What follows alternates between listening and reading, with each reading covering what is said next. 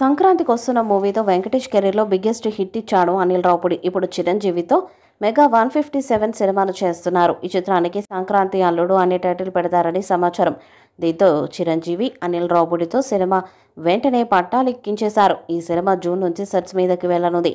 హీరోయిన్గా నయనతారని సెలెక్ట్ చేసిన చిత్ర యూనిట్ ఆమెకి భారీ రెమ్యునరేషన్ని ఆఫర్ చేసినట్టు సమాచారం. నయనతార జవాన్ సక్సెస్ తర్వాత 8 కోట్ల రెమ్యునరేషన్ తీసుకుంటుంది. అయితే ఈ రెమ్యునరేషన్ తమిళ, మలయాళ సినిమాలకు మాత్రమే. హిందీ, కన్నడ, తెలుగు సినిమాలు చేసేందుకు మాత్రం 15 కోట్ల వరకు డిమాండ్ చేస్తుందంట నయన్. తాజాగా చిరంజీవితో రెగ్యులర్ కామెడీ ఎంటర్టైనర్ చేసేందుకు నయన్ ఏకంగా 18 కోట్లను డిమాండ్ చేసిందంట.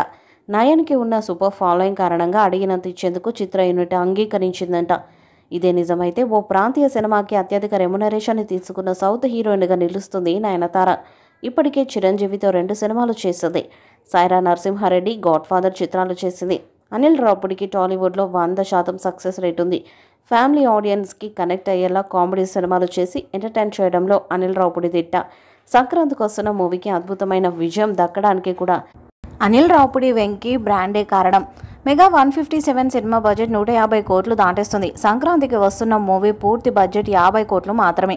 అయితే చిరంజీవితో సినిమా చేసేందుకు అంతకు 3 రెట్లు ఖర్చు చేయబోతున్నాడు అనిల్ రావుపూడి. ఈ సినిమాని సాహు గారపాటి, చిరంజీవి కూతురు సుష్మిత కొణిదెల కలిసి సంయుక్తంగా నిర్మించబోతున్నారు.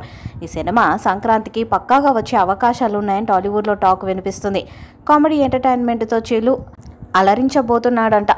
అయితే చిరుకు విలన్గా ఓ యంగ్ హీరో నటించబోతున్నట్లు టాక్ వినిపిస్తుంది.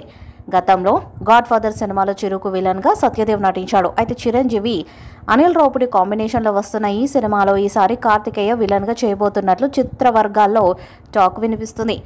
RX100తో హీరోగా ఎంట్రీ ఇచ్చిన కార్తికేయ విలన్గా కూడా చేస్తూ అందరినీ అలరిస్తున్నాడు. నాని ఒక గ్యాంగ్ లీడర్ సినిమాలో విలన్గా చేశారు. ఆ తర్వాత అజిత్ చేసిన వలీంలో కూడా విలన్గా చేశాడు. దీంతో మరొకసారి కార్తికేయ మెగాస్టార్ చిరుకు విలన్గా చేయబోతున్నాడని టాక్. మరి ఇది నిజమా కాదా అనేది అనిల్ అండ్ టీమ్ క్లారిటీ ఇవ్వాల్సిన అవసరం ఉంది. ఎప్పుడు సీరియస్ యాక్షన్ రోల్లో చిరును చూసే మెగా ఫ్యాన్స్ ఇప్పుడు కామెడీ రోల్లో చిరును ఎలా చూస్తారనేది ఇప్పుడు మెగా సస్పెన్స్. విక్టరీ వెంకటేష్తో F2, F3తో నవల పండుగను పూయించిన డైరెక్టర్ అనిల్ రావుపూడి చిరుతో ఎలాంటి కామెడీని పండిస్తారనేది సినిమా విడుదలైన తర్వాత చూడాల్సిందే.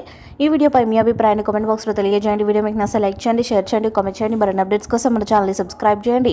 నోటిఫికేషన్స్ కోసం పక్కనే ఉన్న గంట సింబల్ని కొట్టండి.